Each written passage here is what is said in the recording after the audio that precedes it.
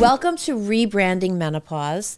I am here today with my co-host, Dana Persico. Hi. And we have Sharon Grasso, who's normally a host here, but she is away in Arizona. She is. She's at a conference, and she's speaking at the conference. She is. So she always has the latest and the greatest coming from all these laser companies, and she's an educator for them, correct? Yes, and yes. it's Saiton? Yes. Okay.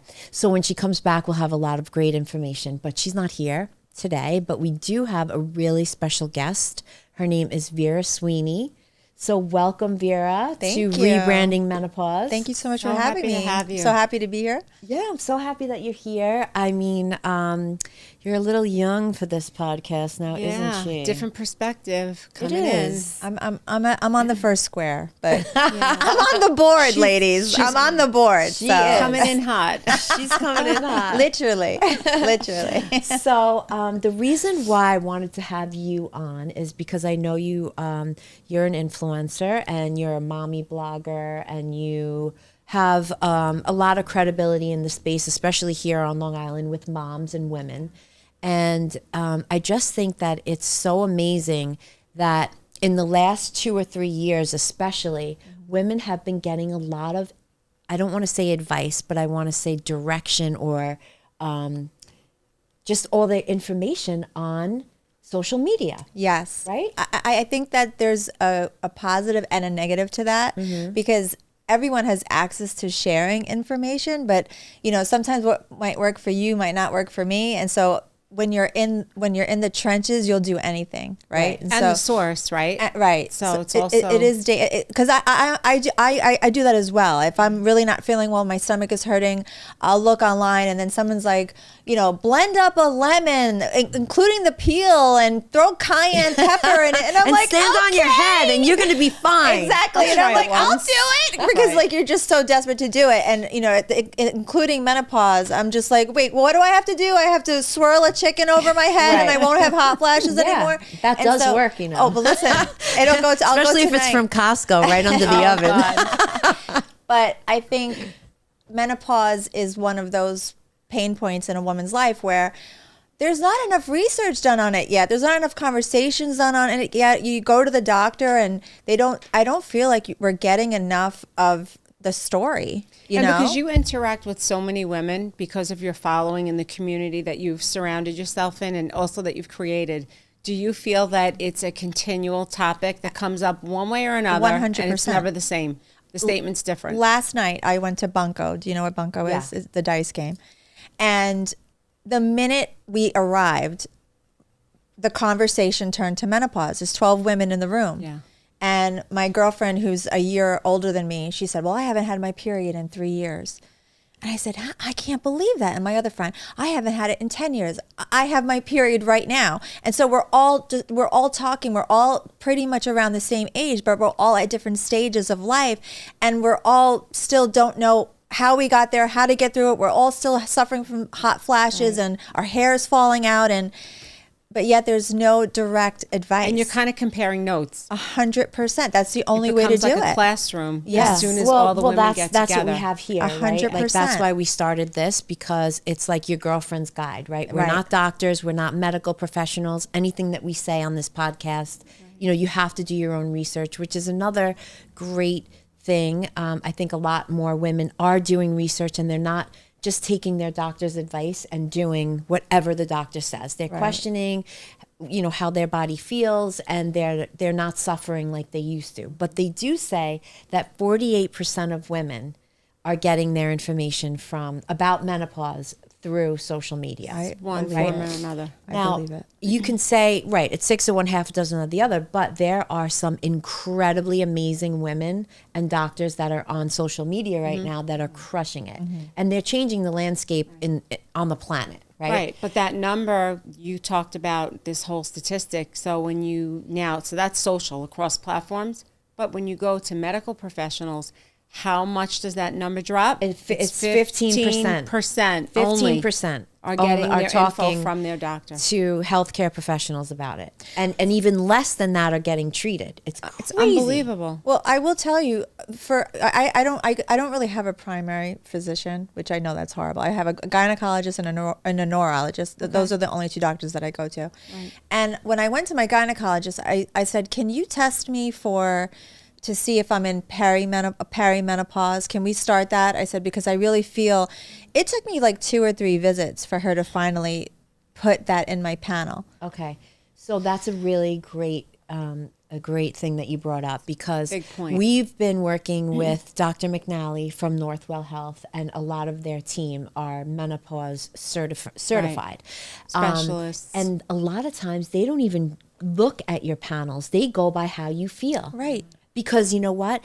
When you're in perimenopause, 1 month, your hormones could be completely different than they are the next month. They fluctuate so much when you're in perimenopause that 1 month you could feel like shit, and the next month you feel great. But when you went to take your blood panels, maybe it was a great month. And the doctor's like, oh, well, you're fine. You're not in perimenopause. But if they take the whole person into consideration and they go by the blood panels and how you're feeling, right, that's when the conversation starts to work, and you're an advocate for your own health. That makes so much sense. You know, I've also had conversations with friends that went I'm not going to say it correctly, the homeopathic route. Yeah. It's very expensive. It's thousands of dollars, but they take several blood panels throughout, and a functional medicine doctor. Yeah, and then they have, besides the blood work, they look at your urine. Yes. They say that there's so much information that they can derive from a urine test.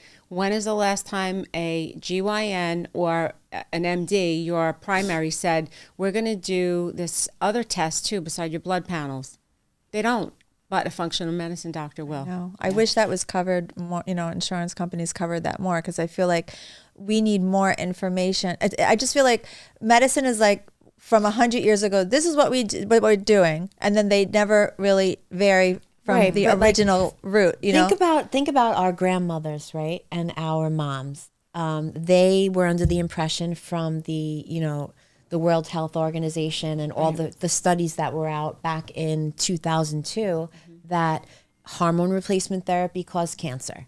So when that came out, doctors didn't even get education on menopause anymore. They just kind of wiped their hands of it, and they said, that's what, it is what it is. You're going through it naturally, or do you want breast cancer? There you go. Those were kind of your two options. That narrative has completely changed. Obviously, not everyone is a candidate for hormone replacement therapy, but in my instance, I am 57 years old today and tomorrow. I was born on leap year, so happy birthday! But last year, I was in so much pain. I never took a hormone, never took birth control, au naturel. And I literally felt as though I had osteoporosis. I couldn't even, to get up on the bed, I had to lift one leg up and then lift the other leg up. I felt like, Dana knows, like a 90-year-old woman invaded my body. And I was like, so fucking pissed. I was like, this is not happening to me. And it's one of the main reasons why I started this podcast, because I said, I am not going down like this. Oh my gosh. And then I gained like 30 pounds. I was just like, who the F am I? I would be naked in the mirror and I'd be like, no. Where'd I go? That just can't be me. Yeah. And then I started to really research, and I found Dr. McNally from Northwell Health, and I found all these other doctors on social media, to be honest. And they said that was one of the main symptoms of menopause, osteoarthritis and osteoporosis, right? So within 6 months of me on a patch, which is an estradiol patch. Okay. Because my estrogen was so low, it wasn't even registering. Oh my gosh. And it's not that big, so hold that up. I think it's important. People see that and they think they're going to have this patch here or there. It's actually the size of a quarter. It's a tiny, you know what? I'll open it. You place it.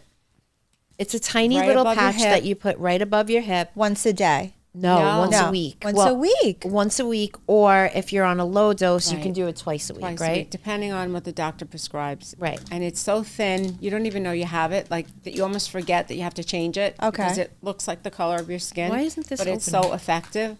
It is. And what's nice, we talked about this is covered under insurance see it? versus some of the compound creams, which aren't. Right. So this is covered under insurance. You peel it back and you just put it right on your hip. Okay. Once a week I do this, and it is life-changing.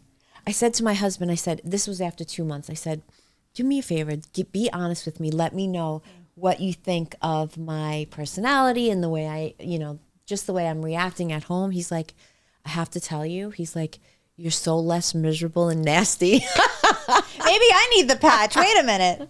My husband's going to put 2 of them on me when I sleep. But I'm telling you guys, like, if you are, eligible, this is just life-changing. And then this, so I take progesterone, which is oral. Okay. And estradiol is said to be dangerous in some people if you take it orally because it goes through your liver. Right. This patch does not go Okay. through your liver. So this is very, very safe. And so is the vaginal cream. So now let's talk about your vagina, Vera. Okay. The JJ. So we don't have to get specific about your vagina, but vaginas in general. In general. Sometimes the skin on your vagina becomes thin, right? Mm-hmm. And then it's kind of painful when you have sex. We were lucky enough that we didn't go through God. that and experience that. But I have this because this is how sick I am. On TikTok and on Instagram, it says some people are using this to thicken the skin on their face. You put this on your face. I did. So this is And what like one of the happens? latest I hope trends. Dr. McNally Wait, tell me is everything. Not, Stop, I hope tell me Dr. everything. McNally is not watching this. So estrogen cream, estradiol cream, what's the actual name on that? This is estradiol vagina cream. This is not approved at all for your this face. is just somebody decided, let's see if it works. But For listen, what, though? But listen, if this thickens the skin on your vagina, why wouldn't it thicken the skin on your face? I'm just saying. it makes it better, right? So your skin turns into the Sahara Desert on your face. You become so dehydrated. So what this does when you use it internally in your vaginal area, it increases hydration and moisture and youthfulness. So whoever had the idea to try it on their face, they were thinking along the right lines, right? You want all those things. You want to look young. You want your skin supple. So it's just like the best moisturizer for your face. Well, I can't say that because I will get kicked off of every social media platform. All I'm saying is some people I know have used this on their face. Yeah.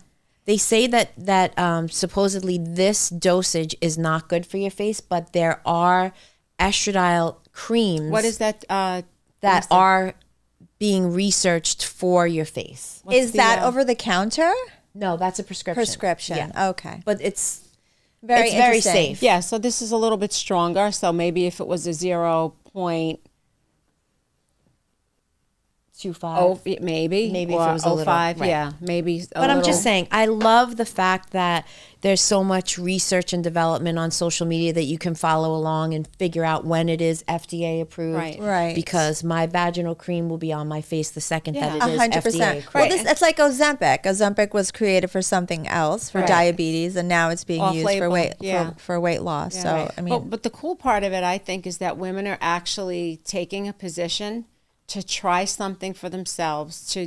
They're actually now not just standing at the edge of the pool, putting their toe in, they're diving in and they're saying, you know what, I'm going to handle all of this. Yeah. What's happening with the aging, what's happening with the physical. You said you weren't able to walk, right? You had so much pain. People would say to me, why are you limping? And I'm not limping. Right. I'm not limping. So- I would always say, no, it's not. So you've got that. And then what about women who are your age, Vera, a little bit older, that are having dental issues? I am having dental issues. It's part of So- this whole Yes. microcosm of menopause. We can't Because scare her of this early bone on. loss. in the I podcast. have been having these issues already. Very I have common. hair and teeth issues. I've had like one cavity my whole entire life. And all of a sudden, And now I've had 4, 5, 6 cavities. I go at once, and then the doctor's like, "Oh, you have 2 here and 2 here," and I'm like, How? It's part of it. I don't, all I drink is water, unsweetened tea. Vera, no one's talking about it. Right. And it's a big part of menopause. It's a that depletion. We need to completely, we have to just take the lid off of it and say, so we know all the things that we talk about, the hot flashes, maybe it's the painful sex, it's the irregular periods, all those things that everyone kind of knows about. But what about the things that you don't know about if you're having major dental problems where you're seeing an oral surgeon because you've had something where they have to go in and they do those, I don't know, it used to be called like an apico. It's something was affecting your bone. It's bone loss. Why is nobody talking about that? We're so angry in a good way. Right, in a good way. Yeah, to bring it forward and say, it's time to really tell everybody what is the real deal of what goes on. It's not just a hot flash. It's so much more really than that. not. It's really not. But it doesn't have to be. That being said, there's so many things that can just fix it. We don't have to suffer. And that's the reason why we're doing this, is because, you don't have to look like an old lady or feel like an old lady or be depressed just because you're older. Right. And you'll feel great and look great. And I hate that, like, younger women that think they're in perimenopause are afraid or don't want to admit it. Like I was back in the day when they told me I had perimenopause. My doctor sat me down. I told you this. And he said, you're in perimenopause. I said, oh, okay. Didn't ask him what perimenopause was. Didn't say, what do I do for perimenopause? Didn't ask him a thing. I got my shit. I walked out the door. I buried it. And I never spoke about it for years and years. I'd be like, nothing going on here. But to your point, neither did he. He didn't say, we need to schedule a follow-up. I'm sending you for blood work. Yeah. So shame on him for letting you just sit there and not have any reaction. Right. No interaction. Oh, he did tell me to take vitamin D. Oh, great. Right. That's because I feel like, to be fair, I really don't even think the doctors know what to do. A lot of them don't, but let's just start because I know you probably have a little bit of a younger crowd that doesn't even know what perimenopause is, right? So perimenopause is the transitional period before menopause, and you can be in perimenopause for up to 10 years. Okay. It depends on your nationality. Sometimes African-American women are in perimenopause a lot longer. Mediterranean descent. It depends. Yeah. Everybody's different. Yep. It'll start with irregular periods. It'll start with, like you said, the fluctuating hormone levels, the hot flashes, night flash, physical exhaustion, and changes in libido and sleep. Yeah. Those are the main things, right? But what Dana and I are fighting for is we want it to be a universal medical standard operating procedure that when you go in and you're over 40 and you have any of these symptoms, you're depressed, you're whatever it is, because depression is very big too. They do a hormonal panel first. They should. First, before they send you to take Prozac and do all these other things. 100%. So we were on the phone yesterday with the producer of the M Factor. Okay. You'll know what that is after you're on here. The M Factor is like the biggest movie that has ever come out in the world, talking about everything that we're talking about. And I saw it about a month before we started the podcast. And it has doctors from all over the world telling people about the fact that the information that our moms had, our grandmothers had, was misinformation. I believe it. Based on a very small subset of women in a study that was done by men. Right. And they just decided, well, this is the coverall for everyone. They said a few women were diagnosed with cancer. It wasn't a large group of women, and they didn't do studies all over the world. It was a very small, singular study. Between women of the ages of 50 and 76. And then they applied it to women universally. Right. Which is outrageous. One study, right. It's study. like you can't go by that. It's just insane. Mm-mm. So there's a lot more research that's being done and a lot more hope. And, Tams and Fidel had that big event in Vegas on March 1st. Yes, so, March 1st. Things are just changing. And we'll be doing some stuff with them in the Hamptons this summer, which will be really amazing too. We'll invite you. Thank you. Yeah. I think it's interesting because there's such a big push for knowledge and product and conversation when women or young girls get their periods. right? There's books, there's like celebratory things for, you're so happy for your child. And then on the tail end of it, there's menopause, and there's just like nothing. There's nothing happening on the opposite end. It's like you get kicked off at the end of the mountain, and it's like, good luck. We don't have a book. We don't have anything for you. And it's so alarming how different the start and the finish of the race is. And I think as much as I'm not saying to celebrate, but maybe it should be a celebratory thing. But as much as we are like, when your daughter gets her period and you're like, here's a basket and let me tell you everything that you have to know. Right. I'm going to tell you everything that you have to know. I'm going to sit you down and I'm going to give you all this information. When we get to the tail end, that should also happen as well. And it doesn't. Yeah. I always say that when you're, 12, 13, or even a little bit earlier, you get that book, Are You There, God? It's Me, Margaret. 100%. Margaret. And then when you're pregnant, you and get health class. every single week, right? the pregnancy, every week what your baby looks like. And then you're right, you get to menopause and it's just like, there's nothing. But now there's some really great books. They do when you're pregnant. What? They do standardized tests when you're pregnant. Exactly, right. So there seems to be like there's something for every phase except when you get to this one. Right, and think about how confident you are and how beautiful you are and how badass you are. Such a good time and how much in your experience you have. And you don't give a fuck about anything anymore. Like, you don't care what people think of you. You just feel good in your own skin. She's 47, don't forget. She's 47, I don't know. Are you really there at 47 until it gets to like where you don't? I literally don't. The other side of I don't think she does. Yeah. I'm so happy. Like I'm there. Like I'm definitely, my kids are older. Like I've done everything. I feel like I'm riding the wave right now at this point in my life. Right. But I do agree with you that we're just at this point where it's like the forgotten. Yeah. It's like, oh, cool. You're going through this major body change. Mm-hmm. Good luck. Right. And it's so many other things. It's medical because one thing affects the other. Yes. And, when you think about all these women that are diagnosed with depression, but that's not really what it is. I know. How sad is that? And when you had mentioned period changes, so for 2 months in a row, I literally thought I had miscarriages. That's how heavy my periods were. Right. It's almost like you're hemorrhaging. It's almost like you were murdered and you didn't know hemorrhaging. I was crying. I told my husband, oh my God, I miscarried, because I never had periods like that. I got on birth control and I started taking them consistently to not have the period. Like I was like, I have to get on birth control. I don't want, and then I realized, I was like, that was a period. Like that was not, I didn't lose a baby. That's my new period now. That's what it felt like. Yeah. And that was when I realized, oh, I'm changing. My body is changing. Right. I went through like this couple of months where I was like bleeding through my pants, like literally bleeding through my pants. I was like, what is going on? I was there at your age, 10 years ago. I was there, same situation. I couldn't even leave the house for a few months. Yeah. And I was like, this is odd. It's too much to handle when you think about it. It affects everything. And then you say that, we have these great husbands or, whether it's a significant other and like they try to understand, but they don't go through anything nearly close to this. No. So my husband sent me a text message this morning, and he does this periodically, and so does yours. He'll find these things on oh God. We got one from my husband last night. I sent Ingrid. This morning he sends me, you should look into Drive Vagina. It's called Drive Vagina. And it's a little black container with cherries on it, and it says, your vagina will thank you.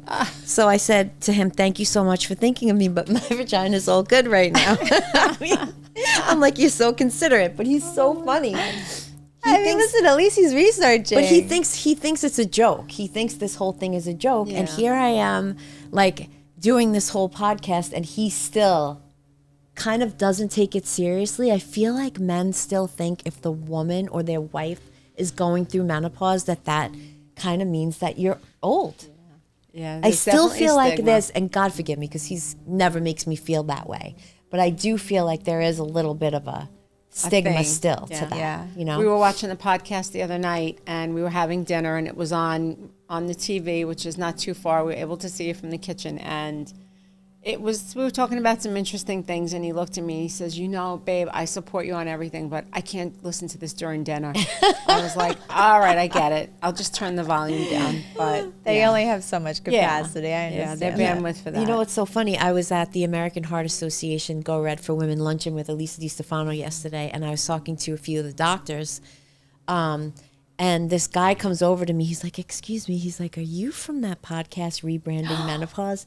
And I said, yeah. He goes, oh, he's like, my mother-in-law is on the podcast. He's like, every time it airs, I have it all over my house on every screen. I'm like, thank you. Yeah, he's great, right? He's so Pat. sweet. Thanks, Pat. Yeah, I he's love terrific. that. All right, so speaking of the Go Red for Women luncheon, I almost had like a little hissy, right? Yeah, you did. So I go there with Elisa because I'm on her team for Women of Impact. She's trying to raise awareness, so she picked 10 team members, blah, blah, blah. Great event, like stories of triumph, women that have overcome like heart disease and whatever. So on the table, there's pamphlets, and it says, your increase of stroke, your chances of stroke increase when you use hormone replacement therapy. Oh, boy.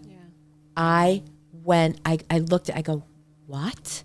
I go, there are over 600 people here, and this is on every person's plate. That's a big problem. So then I went up to the doctors. I'm like, Elisa, I need to find the doctor who wrote this. She's like, all right, we're going to get you in touch with them. Calm down. So I go over to them, and I said, this is not true. And they said, we know. They said, this is from National.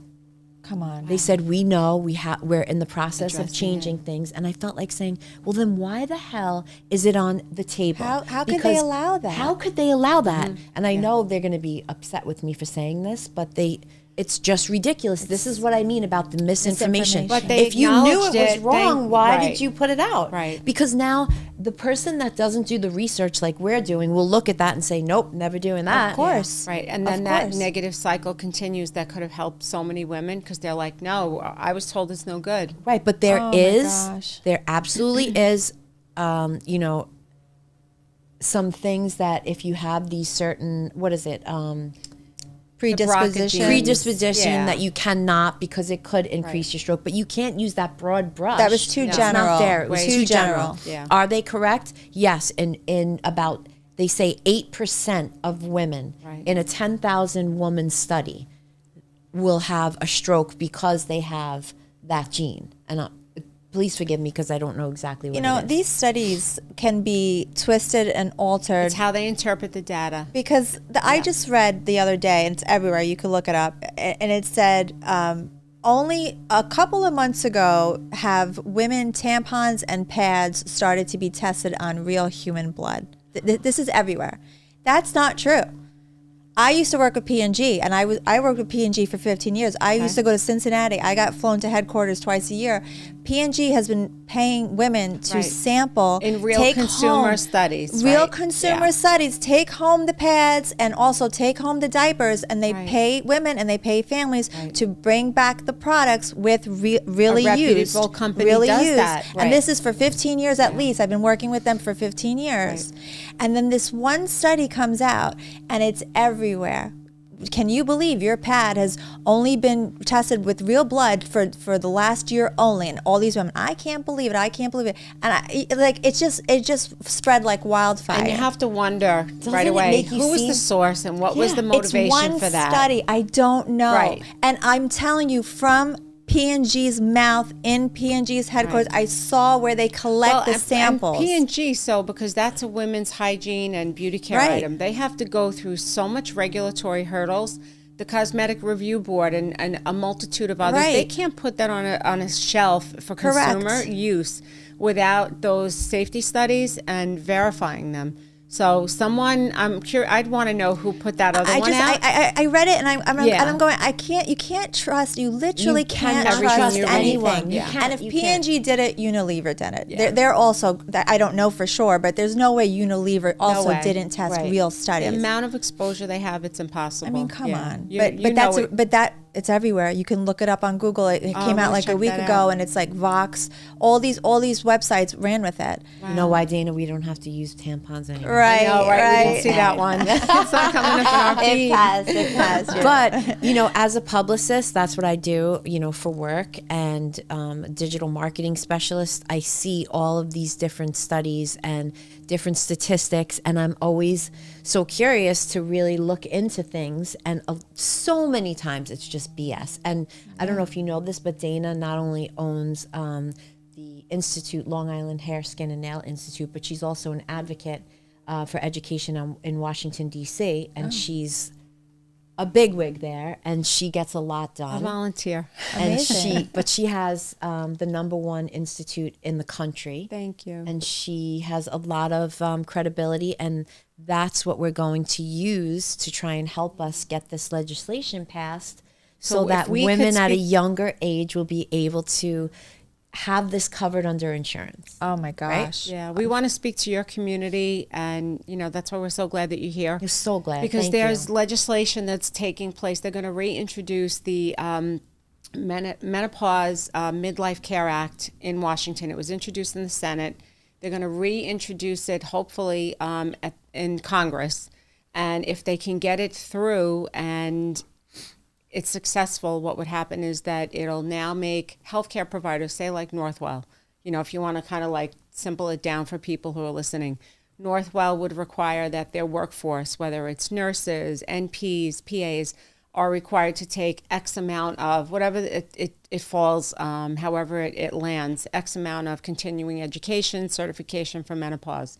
It would also, hopefully, they're looking at on a state level, because the states also have the ability to work with like the nurses associations. They're like one of the most powerful, right? In the country. So if we could get both federal and state legislation passed, you cover everything to make sure that it gets to local and it gets to, you know, like a federal level, so that people are paying attention because they have to. Wow. Now we got something passed. So we're just advocating. I've always been an advocate for women in my career, and I also work with Cody, so I know P&G very well.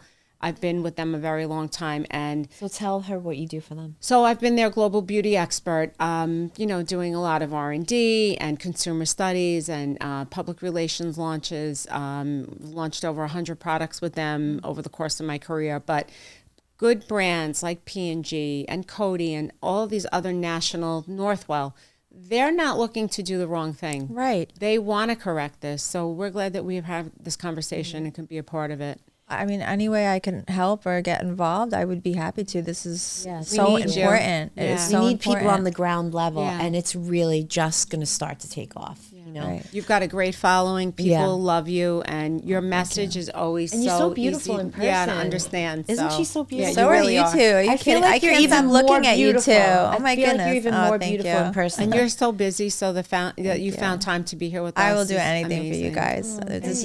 This is so great And that you're you so guys invited local. me. Yeah, I know. I like doing stuff online. I usually, I don't know. I never really did a lot of stuff on Long Island. I don't know why.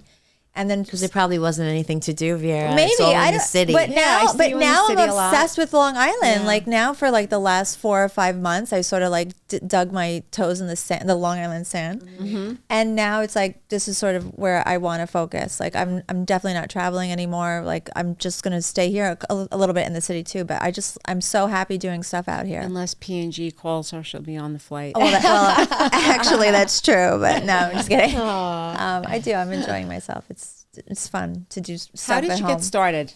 I would love to know. Yeah. So long story short, I was a business consultant. I used to work for Accenture, and then 9/11 happened, and I had a nervous breakdown because I was down there, and I quit my job, and I became a teacher a computer teacher until I had a baby, and I was a stay-at-home mom for about 3 months. That was a very long, consolidated 5 or 6 years.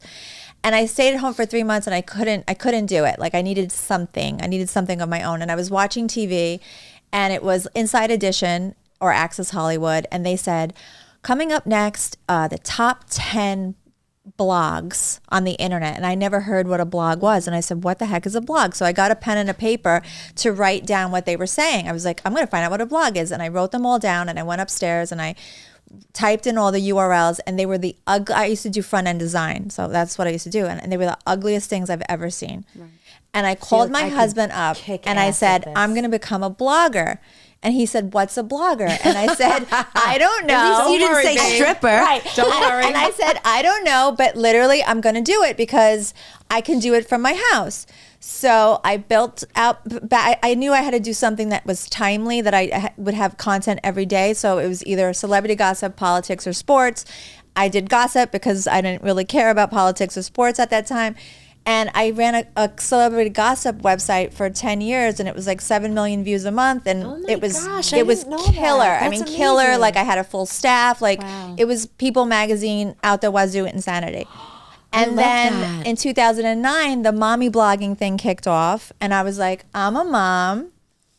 I blog. Like I want to be a mommy blogger too. So I kicked both live. I had my celebrity gossip going, and it was fully staffed, and I didn't write for it anymore.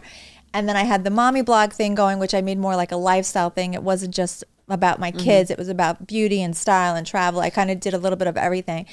And then eventually I couldn't do both. It was too time consuming, two full-time things. And then a company tried to buy I'm Not Obsessed, BuzzFeed. I don't know if you know BuzzFeed. Yes, of course. They came to me from LA. They tried to buy it, the most amazing package. I kicked myself every day that I didn't take it. But the contingents was that I had to work in their office for 2 years to transition it over in order to take the package. And I said, I can't do that. Like I have 2 little babies at home. Like I don't want to do that. So I literally just closed it down. Like I just like made a decision and I let it go. I just said, I can live off the second blog. And my husband was a stay-at-home dad for 17 years. It was just me full-time working. No way. Yeah, it was just me full-time working. And you're a pioneer. Wow, and then you're a badass. Yeah, but then COVID happened and sort of everything sort of tilted. And now I don't work as much, but I work on my own time. And I bought a building in the midst of all of that, and so like we have like buildings now, and he does. I just bought a little building, and but it worked out because now I don't have to work as much. You know what I mean? Right. Like it kind of like now we're like building owners, and he has a couple from his family, and so I don't work as much. I don't work as much. I feel like he got into the blogging. He does it too on the side. Like he does it he doesn't take it seriously. Like he does it for his love. Right. Like if we go out to eat and he finds a restaurant that he loves, right, well he'll do that. And like he's not really taking that seriously. Like he's just sort of because he loves Long Island. Right. Like he does it for the heart. You know, like he's not taking it. Did he grow up in Garden City? No, we're both from Queens. Oh, okay. Yeah, we're both from Queens, but he is a Long Island boy. Like he cannot wait for the summer. Believe me, he flourishes in the summer. He's like, let's go to the Bowie Bar. Let's go to you know, like he's my daughter works there. She's been there forever. Really? Yeah, oh, that's so great. Yeah, my little Bella. But yeah, so I work like 20 to 30% of what I used to do. I would say, to be really honest with you, I used to do conferences and I used to do expos. I used to plan a lot of events. I was a big event person. But what you do with your work is really substantial. I enjoy it now. Now I love every single thing I do. I love it. Right. Before I can't say I loved every single thing I did. Isn't that nice when you get to a place where that's the way I feel now as a publicist, and I was in the film industry for a real long time. Yeah. I was the director of development for motion picture and TV. And I felt like with every show that came on, it was like a 6-month film, right? Mm-hmm. Like even when we did the NBC Lives, right, you would get so involved and you would love the people that you work with. And then after 6 months, it's like crickets. It's like a whole new. Right. But you know, when you really love what you do, it's such a pleasure, and it just makes life so much better. It totally does. That's a gift. It really is a gift. I agree. I take only projects that I'm interested in now, and so it is such a different vibe. Yeah. Whereas what you said before, like I would take everything. Yeah. And that was a different feeling. Yeah, you know, that was a whole different feeling. I went into the last little snowstorm we had. I went into the supermarket, and I never even go to the supermarket. And I went to the deli counter, and this lady's behind the deli counter, and she goes, "You know what? I have the best job ever. I love my job." I go, "Really?" She goes, "Yep." She goes, "You see all that snow outside? I live around the block. I can just come into work. I don't have to be late." And I was like, this woman the right cuts attitude. turkey and she's so happy. Yeah. She's happier than a pig in shit. God It's the bless right her. attitude. Yeah. It is. Well, let me tell you something. I volunteer at my church every Tuesday, and I'm the office lady. So I'm the personality hire. That's what I tell everybody. I walk in and I'm like, hey, like I'm so loud. Would you picture her as the church lady? I'm the I church love lady. it. I'm the welcome lady Isn't at that my special? church. I have so You might much not know that. fun. No, that's like isn't Saturday that Night Live. special? Right? I have so much fun at the church, and I come home every Tuesday and I go, I want to work there, like full time work there. So it does something for your heart. Yeah. What It a has to. job. I Yeah. mean, like, they come in and they're like, help me fill out the plant form. And I'm like, come on, let's fill out the plant form. Like, it's such a vibe. I cannot tell you how fun it is to work there. I mean, I don't, volunteer there, whatever. But I say it's my office, but it's not my office. I only have like That's one day. amazing.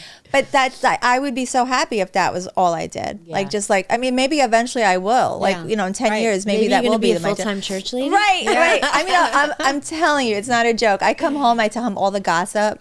I'm like, well, the Bell group came in, and I started telling them all the things that happened when the Pew people. I don't know all the words, but you know what I'm saying. I love do that for you. It's nice. It's a nice thing that gets me to just clear my head and just do something good once a week. That's what I always tell my kids when they're so involved in their own head. Yeah.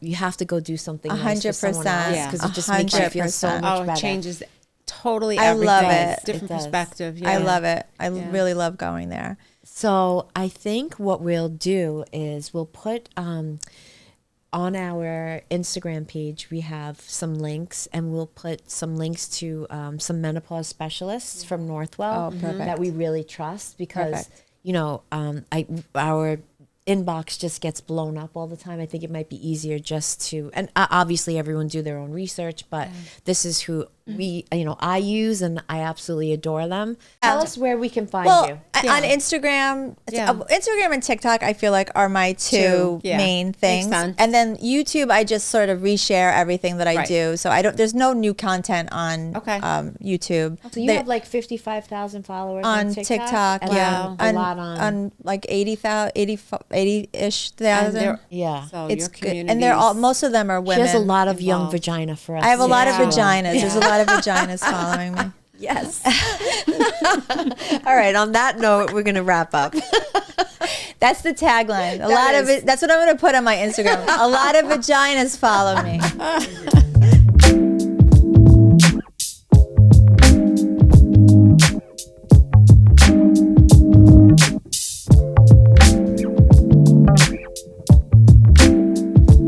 Hey, New York.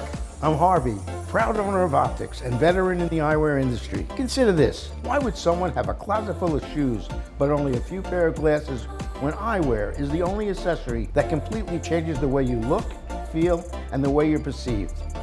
At Optics, Cartier, Chanel, Dior, Lindbergh headline our extensive collection of luxury eyewear. Our opticians are trained to style and fit your face to ensure that when you leave Optics, your friends will be wondering where you shop. Hi friends, this is Dana Persico from Long Island Nail, Skin and Hair Institute. The Institute is not only the premier venue for licensing and certification for beauty professionals in Long Island as well as New York State. You can receive beauty treatments specifically for anti-aging, facials, body treatments, laser hair removal, hydrofacial. Our senior students are working in the spa. They are happy to get any of our guests ready for this special event located in Bethpage, New York at 1055 Stewart Avenue.